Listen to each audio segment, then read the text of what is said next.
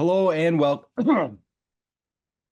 I got a thing in my throat. This is off to such a hot start, dude. All right, three, two, one. Hello and welcome back to the Ice Mac MMA podcast. I'm Jackson McCarty, joined as always by my buddy Alex Eisman. And before we get into 302 and anything that happened on that card, make sure you like, subscribe, comment. YouTube, we've got Apple Podcast. Right now, we are having some technical difficulties with Spotify. We're going to get those worked out. Whenever that's sorted out, you'll find us there too, Alex. How you doing? Not bad. Trying to process Dustin's possible last fight in the UFC, but you Yeah. know, it's it doesn't hurt as much when you don't expect or when you did expect it coming. But still watching it, I was in Denver Saturday night at a bar. Of course, the whole bar is rooting for Dustin. So A you're thousand drinking the percent. Kool-Aid, you know? Right. Everyone's drinking the Kool-Aid, and so Well, and Dustin it gave you was plenty of reasons to drink the Kool-Aid for a second yeah.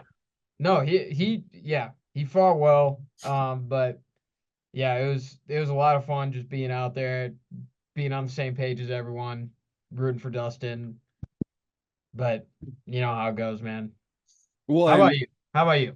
I'm doing all right. I'm doing all right. I got new tags on my car Nice. for the state I now reside in. So, that's pretty much it. But in true MMA fashion and in historic fashion for Dustin Poirier, we're going to talk about Conor McGregor before we get to him. Um, so if you guys haven't been caught up with it, Conor has been going out partying. Didn't really look like he was taking camp all that serious. And now the press conference that was in Ireland for his fight versus Michael Chandler has been delayed until further notice. That fight's over, right? That fight's done. I don't know what the UFC is gonna do if that fight is done. Because one, it's International Fight Week, and two, the rest of the card sucks. Yeah, Sucks. it's awful. Terrible. Yes. So they're in trouble. And hopefully, and I mean, it depends whether McGregor fights or not. Like this is a bad look, but especially if he doesn't fight, the UFC needs to take a hard look at themselves and see how long are they going to get strung along by this dude. Well, but that's even the thing though, is like we know the UFC is not going to take a hard stance because Dana's literally, giving John Jones flowers after the Islam fight in the press conference, being like, "How could you think anybody's not pound for pound number one besides John?" Like they find their guys that have made them money at some point and just ride with them.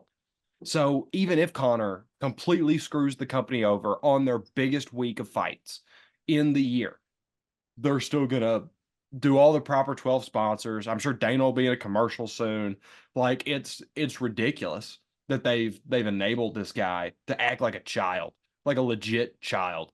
Um, but that's the bed you make, especially with a guy like Conor who just cannot be taken that seriously. And think about Michael Chandler right now. What do you think Yeah. he's thinking?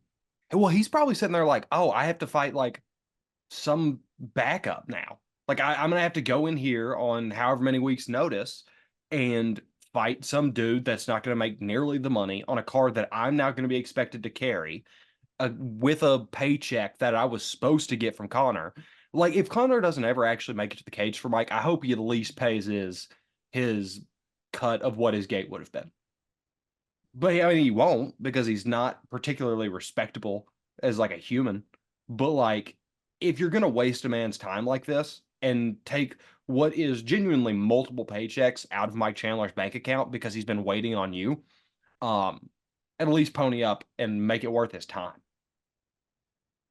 It I will say it's getting a lot harder for me to empathize with Michael Chandler because like you said with the UFC, he knew what he was getting into as well. He did. And he's could have fought twice and still gotten this fight with McGregor.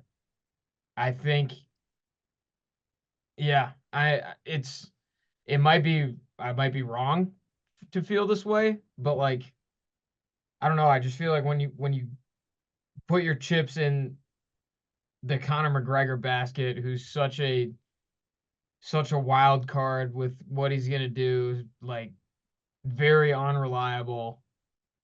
And Mike Chandler is not getting any younger. No, This no. dude is wasting the back end of his career waiting for this fight. And I think at some point it's just naive. It's naive to think like McGregor is going to do right by you and all that. So it's yeah, it's a little harder for me now than it was before to kind of feel bad for Michael Chandler. The only point of like empathy that I really give, because you're right, like Mike is as much on the hook for this as anybody else, because when you go into business with Conor McGregor, you know that that business is probably not going to be done properly if you'll allow the Oh, good pun. yeah, Good pun. thanks. But the I was gonna say expeditiously yeah, well, because that mine dude takes his time with everything. well, and now he's more focused on calling out the front man for McGinnis or whoever made that Oh brand. my God, I saw that. He's in Facebook beer accounts, like just talking shit. But like either way, it's like after Connor and Mike got tough setup, I think the natural conclusion is, oh, I'm getting the Connor fight.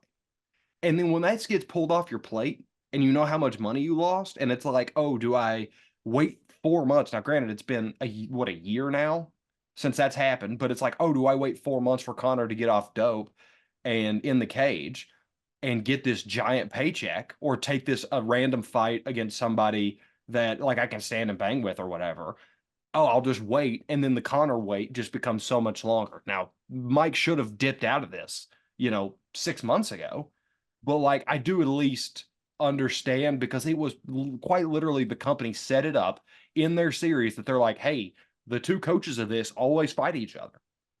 And then they set that up, they make that happen, and now Connor's fallen through. He's waited too long for that horse to finally show up to the track, but I at least understand it a little bit more because he was told, hey, you get to fight this guy and you get that money.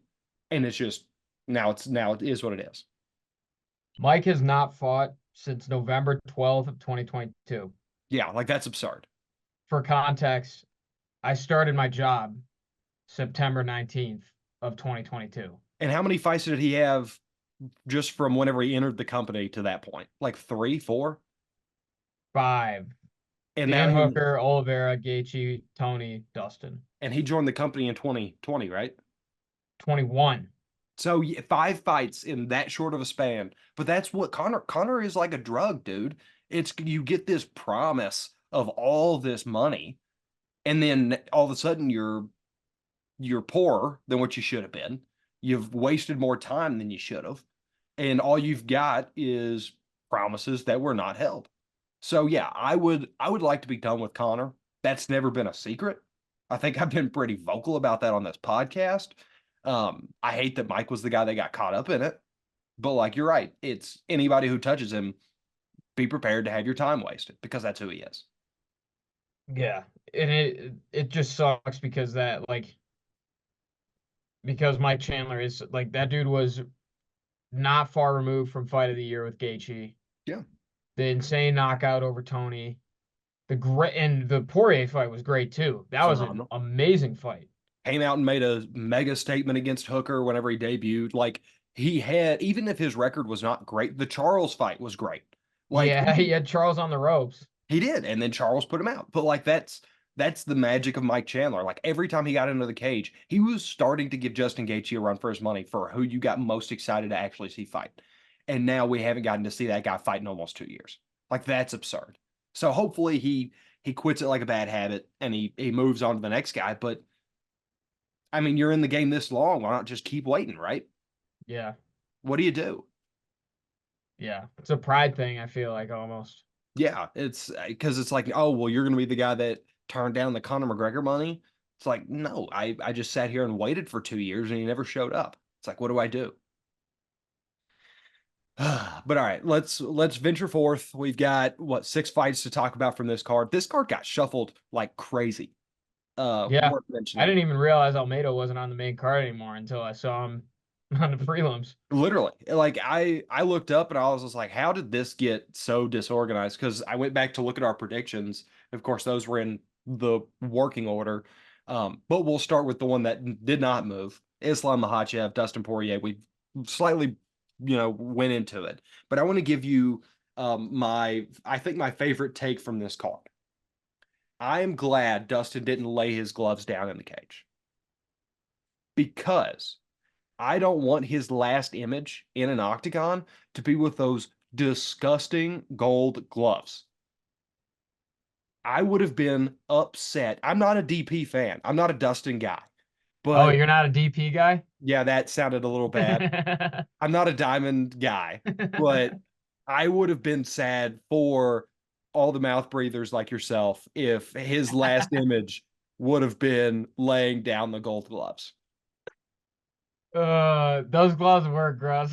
I'm sorry. Do you like the mouth breather comment? It was like an instinct. It was an instinct. I had to. But I got one back on you. It's fine. um but yeah, I I would honestly like for this to be his last fight You just say. because the championship window is closed. It's not like Islam's going anywhere for the next 4 to 5 years, But what if he right? slaps the jaw off Alexander Volkanovski? What if Dustin does that? Yeah, because Volk called him out. And we're back I to back Volk KOs now. So it's not like it's impossible. that doesn't do anything. That doesn't really do anything for. I think if anything, he should go up to 70 and try and take out Leon. I Yeah. think if he's going to continue his career and have title aspirations, it's got to be at 170. You take out a couple of the top guys, and then you get one more shot. But he seemed pretty intent that if he lost to Islam, this would be his last fight. And really, he fought like it was his last fight too. He battled his ass off in that octagon. Again, I think he gave Islam a better run than anyone that Islam has fought before Not named in Volk. his title reign. Volk the first time, and then he had that one like weird knockout loss at the beginning of his UFC career. Obviously, not the same fighter at all. The Islam we know now. Is just The only different. guy who gave him a better run was Volk the first time around. Yes. Of this variation of Islam, absolutely. Because Yeah. yeah, you're right. The KO, I I almost just don't consider that the same like human being. Like I Yeah. almost just want to pretend that it's not there because that guy, you put that guy back in the cage with Islam and that fight lasts 30 seconds. So like, but you're right. Like it being an old Dustin too, like it's not peak Dustin anymore. Um, you gotta be happy that he at least went out on a shield, didn't lay the gold gloves down. But I will say that a fight for Islam versus Max Holloway has me very intrigued. I would be all in Yes, on that. it does. I think it would be a lot of fun. And also you got to like obviously I'm a Dustin fan, but goddamn, you got to give so much credit to Islam. That dude, I mean, he stood and boxed with Dustin and got the better of a lot of those exchanges. And he was able to finish it in the end too. Again, I don't think Islam was expecting Dustin to fight that long into the fifth round and be No, competitive. Like Islam is so freaking good, dude. He's he is. so good. He's otherworldly. I mean, it's freakish, and especially like you said, now that he knows how to like properly box, and he's like genuinely good at it. It's like, okay, who on God's green earth can stop that? What are you Yeah, supposed to do? I honestly would like to. I know you said Max.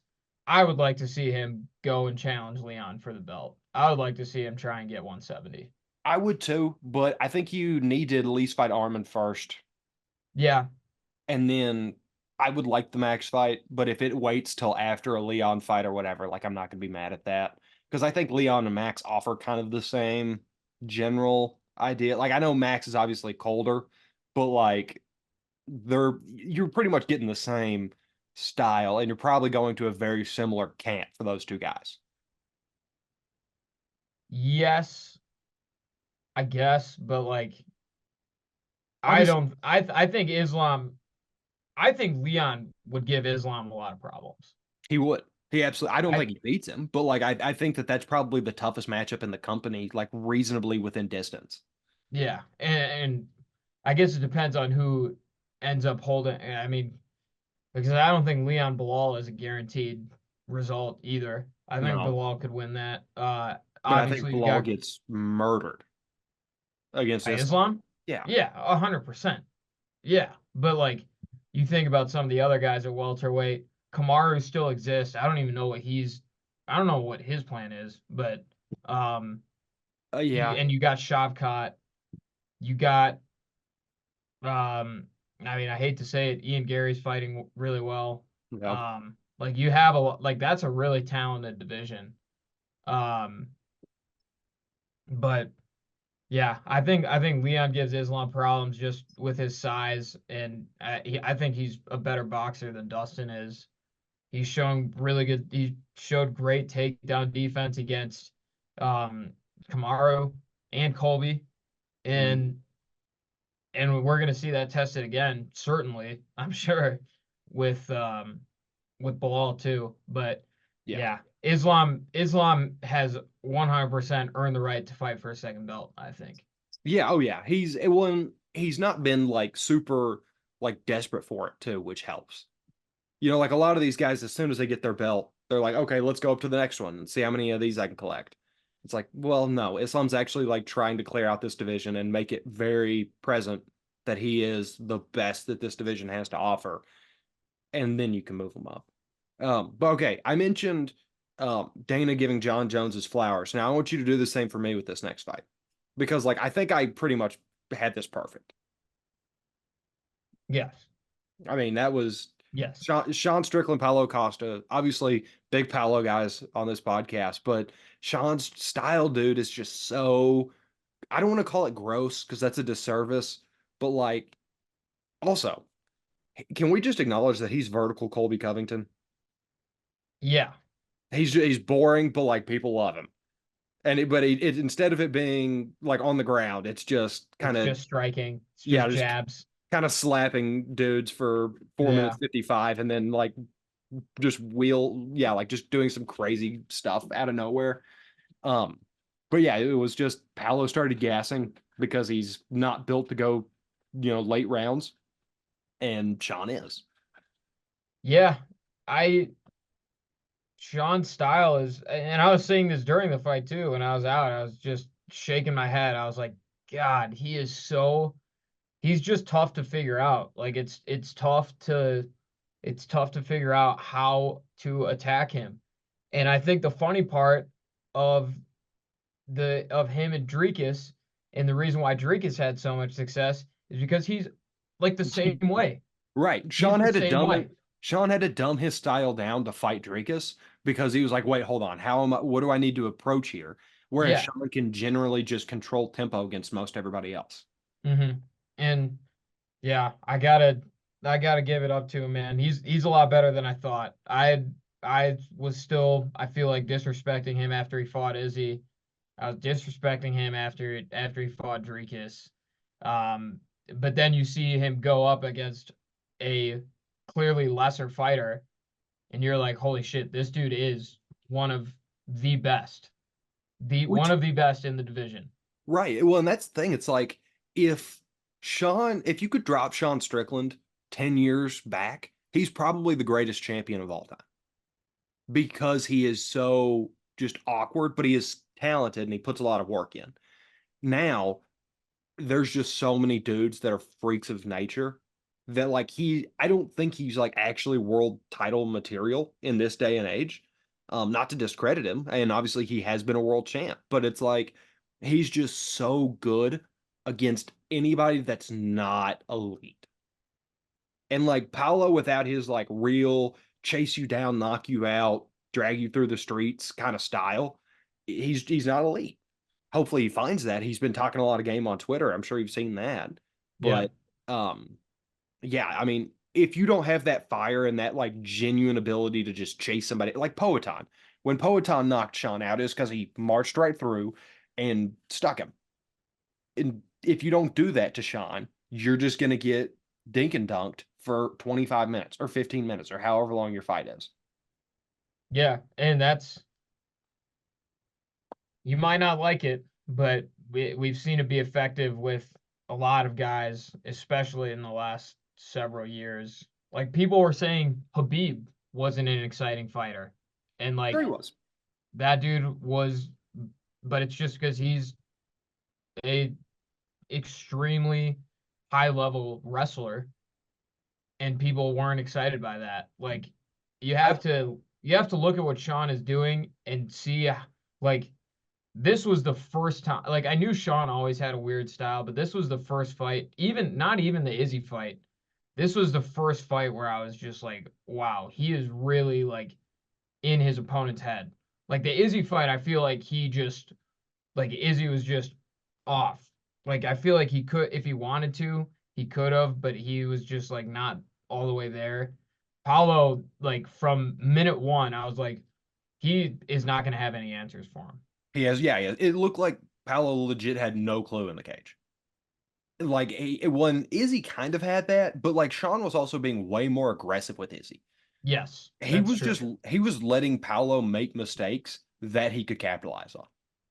That's all his strategy was, and it worked. It's kind of, I mean, not to bring this fight up because I feel like we bring it up a lot, but it feels like what Rose was trying to do against Carla. You know what I mean? Like if executed You bring perfectly, that fight up too much. I'd like to yeah, forget that it even existed.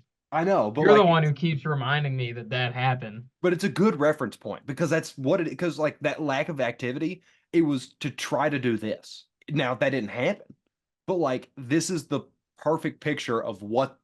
But on the flip side, that's what it can look like if it's not done properly. Like Sean is very, very good at nailing his points and getting to his marks. Yeah. So Um, I yeah, I know Paulo said afterwards that he's gonna return to the just brawl, throw caution to the wind kind of fighter that he was, because he isn't a 5 round fighter. We've seen that now on several occasions. believe it when I say it. I think I think this would have been a lot more exciting if it was a 3 round fight, because then Paulo didn't feel like he'd have to conserve his gas tank.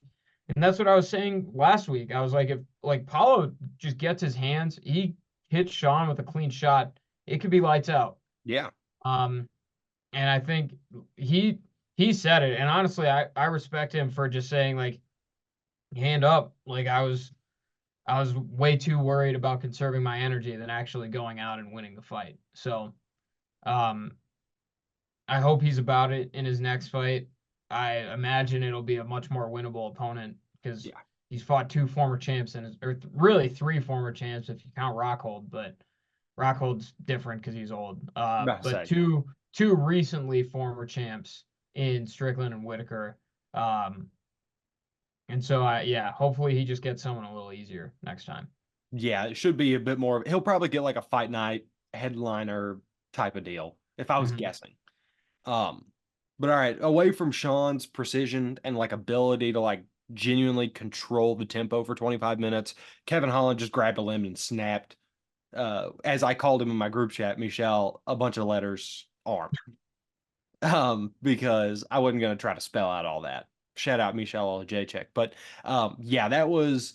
I mean, I had to text you, or I didn't have to text you, but we were texting and we're talking about it, and I said he snapped his arm, and you were like, "Wait, did he?" And then you went back and saw the replay, and it was like not great at Oh all. yeah. Yeah, something was That was a yeah, tendon. something was ruptured, broken, whatever in there. That wasn't a bone. Um That was a tendon because like yeah. the way that popped was. Yeah. Ugh. He yeah, that was one of the most exciting 1 minute, 2 minute fights I've ever seen, from Yeah, Kevin getting knocked down to just jumping on that armbar quickly. And that's what we have been saying this whole time about Kevin Holland too. We're like, God damn it, if he can just use his wrestling, he could actually like be something so much better. yeah, And like that's a prime example of that. Like he was the one who got caught on the feet, and as soon as he reverted to the grappling, he got the finish. And that was smooth as hell too. Like yeah. that transition to the armbar was clean. That was about as perfect as it gets. I mean, Yeah. That's like the animation they give you in the video games. Hmm. You know, like there was no fight back again. It was just like, oh, I've got it, and simple as. And like you said, it was this was a prime showcase of why Kevin Holland can be dangerous. It's like not he's kind of like what Charlie Olives was before he became Charlie Olives. Yeah. It's like the threat is there both ways. It's just a matter of stringing it together in one night. And he actually was dedicated to winning a fight instead of like making a highlight. Turns out he did both, but it was a big time performance, and hopefully he'll start going back up and maybe start using that a little bit more, like we've talked about. Yeah, and before we move on to the next one, we have to at least discuss this. How god awful was the judging in this fight card? Because I was just like, I completely forgot that Paulo got a scorecard, 4-1, didn't he? a 4-1 scorecard in that Yeah, fight. There was and I that. think There we were a couple on argue. the prelims that were pretty egregious too. Like what I think Dustin 2-2 was a little too far. Yes, thousand. I could have seen him getting one round. Two, yeah, two felt like a little much, but One, yeah, I had Paolo winning the fourth, and that was it. And I still think the fourth was a toss up, but like I thought that it was like just enough to where it was like, okay, maybe there's something there. Um, but yeah, to give him 4 rounds, like the only round they gave Sean was the fifth. It's like, how did you come to that conclusion? How is the second and third not guaranteed Sean Strickland wins? yeah, like this. Unfortunately, like I think all the right people did win, Yes. if I remember correctly, because I watched the whole card. When it was But just the one judge. Like, yeah, and so that always helps. Like, if it's only one bad apple, at least we can make fun of them and isolate them, and it's yeah, not like a total indictment on the card. but it's like this can like ruin lives. Yeah, Like that horrible of judging can ruin lives, especially for the guys who are making 10 and 10 to step into the cage right. That are going to have to fight 3 times this year just to make it all work out. just to pay their bills. Yeah. Right. Just yeah. So yes, the judging was horrid. It was actually something going on in my group chat with my buddies back home, and I said they need to start giving these judges like test fights and submit your scores back, and if they're within reasonable judgment of like the general consensus, then you'll be allowed to do a UFC fight. But it's like if you're going to turn that in, don't bother showing up. I would rather have 2 judges, and if we tie, we just have a sudden death round than have that guy on there because that is absurd. All right, now we'll move on to our boy, rude boy, Randy Brown. The rudest of boys. He scared me a little bit for a He second. did. That second round was he was in some trouble. Contentious. He was in a little bit of trouble. And I thought 3 was definitely his. Yeah. One, I was a little worried when it went to the scorecards. I was like, there's been some bad judging. Like 2 judges could have given Dos Santos 1 And and I he don't wins even the think that fight. would have been that far fetched. Uh, Yeah. but I think when you finish out a fight and you have such a toss up round like that, if you finish out strong, a lot of times it's going to be okay. You know what I mean? Like a lot of times it corrects itself at the end there. Um, Well, but yeah, there's nothing he could have done if they scored 1 against him. right. He would have lost the fight. It wouldn't have mattered what he did in 3. And I mean Right. I thought he got it. I was like fairly confident, but the little voice in the back of my head was concerned. A little nervous, but yeah, no. I thought it was a good performance from him. Um, wasn't nearly as much output as I really wanted to see from him. Like I feel like he's capable of more than what we saw, but you're not going to get too picky. A win's a win, especially on pay-per-view card, his first main card appearance. Hopefully, he'll get somebody that'll give him a little bit more of excitement, I guess, because DeSantis wasn't really giving me a whole lot to get pumped up about during that fight. Whereas I know Rude Boy absolutely can break that. Yeah, and I'm pretty sure he was calling for a ranked fighter, Yeah. right? He was trying to break into top 15. I'd like to see him fight, kind of a more exciting striker, a more dynamic striker, kind of just get that battle going. But yeah, no complaints. It was like you said, a little scary, but got the job done. Yeah. Roman Kopylov, it was pretty meh. Just got it to the ground, did his thing, got the win. Yeah, yeah. He was the featured pre though. We're missing who's the Gilton main card was opener? main card opener. What we didn't have Nico Price versus Alex Morano, Oh, you're right. You're right. which You're right. that was on main card I don't for know why that was on the main card. you Clearly, should I forgot what fight it was. you So absolutely should have put Gilton on there instead of being the yeah, penultimate prelim fight. But yeah. I mean, while we're here, Let's talk about him for a little bit. right? I mean, that was smooth. That was pretty easy. I that restored a lot of my confidence in him for why I picked him to be one of my rising stars, potential future champ. Um, yeah, that was straight up dominance. That's what he did to Curtis Blades, except he was able to finish the job this time. Well, and it's objectively hilarious because like I've got their stats up right now. The fight went 2.5 minutes, but the strike differential being 2-1. It's just so funny. Yeah. Like for a fight to go that long and it be 2-1, like that just shows how great you were on the ground and how quickly you got the guy out of there. Yeah. And if he ever like gets the confidence in his striking, and I'm sure that's something he's working on. But like if he ever can just have like a like he doesn't need to be good. He Yeah. just needs to be competent as a striker. That's going to be what's going to be really problematic for the rest of the division. Is if he That just gets some semblance of a striking game. if he does whatever Marty did, he'll elevate to champion status. Because obviously Yeah. Marty was very lenient into his ground game and became a striker, and now he can't quit. But hopefully he doesn't commit that hard to the pit. But yeah, good on Gilton. A lot like that was exactly what you needed, and you did it. Yes, sir. Yep. Should we get into this weekend We can. a little Quick bit? mention Raul Rojas Jr. Didn't really want to predict this fight, but like he's here. If you're still on the hype train, um, the first fight we're going to talk about, we've only got two from this card. Dustin Jacoby versus Dominic Reyes, and I feel like we are going to say the exact same thing here. Um, Dominic Reyes' chin is pretty much sand. Dustin Jacoby knocks people's lights out for a living. Um, Dustin by KO. I'm with you on that. I First time that's happening in 8 days. Dustin by KO. all right. Okay. All right. That was just and also he didn't even get knocked out, so Well, I know, but still, it was the principle of the matter because you made that DP joke earlier. I'm still getting mine. I've still got to get mine back from that. yeah. No, I like I like You like Dustin here too? I do. I do. I do. I think yeah, I think I'll probably knock him out as well. Uh yeah, Jacoby's had some pretty crazy knockouts in the UFC. I feel like he's very underrated. Yeah. Like I don't feel like people give him enough attention based on like what he's earned at this point.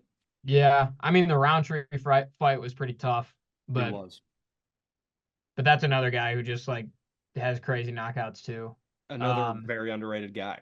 yeah. More But underrated than Jacoby, in my opinion. I wish it was different for Reyes, but it's clear that it's just not. Should have been champ. Not gonna go that far. Yeah, I mean he won that fight. I'm not gonna go that far, but he is a lot of fun. He was a lot of fun. Now it's just painful. He was But he was the face of Toyo tires, and now he's the second fight on a fight night card. Like fell apart. Is that on the a commercial he was in? Toyo hmm? tires, or was it Goodyear? That's the commercials with like no, that's Dominic Cruz. Dominic Cruz is in the Toyota Tires commercials. Nah, Dominic Reyes is in one of them. Hold on. I'm pretty sure it's Dominic Cruz. Well, but there's multiple fighters in that commercial. Is what I'm saying. Yeah, it's Toyo tires, and it's Dominic Reyes and Dom Cruz. Okay. He's just like in the background. I don't know why I remember that. But regardless, he has fallen tremendously, and it sucks. But like that's kind of the nature of the beast. Get out of the sport before that happens to you. Yep, it is tough. This main event though is piques my interest a little bit. Yeah, matter of fact, I've got Jared Cannonier to win this. I'm too. Okay, good. I Yeah. thought that was going to be a hot take. I no, I think Cannonier he's very comfortably a top 5 guy in the division. One, it's like Imovov's not standing with him, but it's like he lands 31% of his takedowns. Well, yeah, and Cannonier is pretty good as a grappler as well. Right, but it's like Like that's not going to win him any fights, but that's going to keep him in any fight. well, but yeah, but if Imavov has a path to victory, it's on the ground. But if he can't even get the fight to the ground, it's like you got to Yeah. stand with Jared Cannonier for 15 minutes, 25 minutes. Good luck. Yeah. Another guy, one shot can end it Exactly. all. Um, yeah, I wish we could add more depth here, but like it is very just like Imavov has to get it to the mat. Cannonier's probably not gonna let that happen. Cannonier, I'm gonna go KO, but like I wouldn't be shocked by a decision. Yeah. I mean, we haven't really seen Imovov's chin tested like that. So I'm on the fence about whether it's going to go to a decision or not, but With I'll it being say with it I'll say being decision. okay. I was about to say just with it being Jared, that's the edge I'm gonna give it. Because like even if he has a good jaw, it's still Jared Cannonier. Yeah. Yeah. This though is like when you look at the rest of the fight nights in July, this is the worst one. Yeah, The by far. next two, all right, I lied. Next week's is the worst one. I'm looking ahead to the Rob Whitaker and Chimaev card. I disagree with that. I think Perez versus Tatsuro and Muniz versus Ikram are better fights than what we were just talking about. Because that's the one after. Yeah. I I'm excited to see Tatsuro fight against Perez, but Yeah. Doesn't do it for you. Muniz and Aliskerov does absolutely nothing for me, to be I, honest. I think Ikram could be something still. So He like I could, but like it's clear that Muniz is not. It's not. He's not as good as I thought he was a year ago, year and a no, half ago. no. But no, this Whitaker Chimaev card is actually really fun. It's it's pretty awesome. Like that one, I'm pretty pumped for. Dude, Nick Dalby's on this card. Yes, let's Get, go. I gotta tell Darian no plans for June 22nd.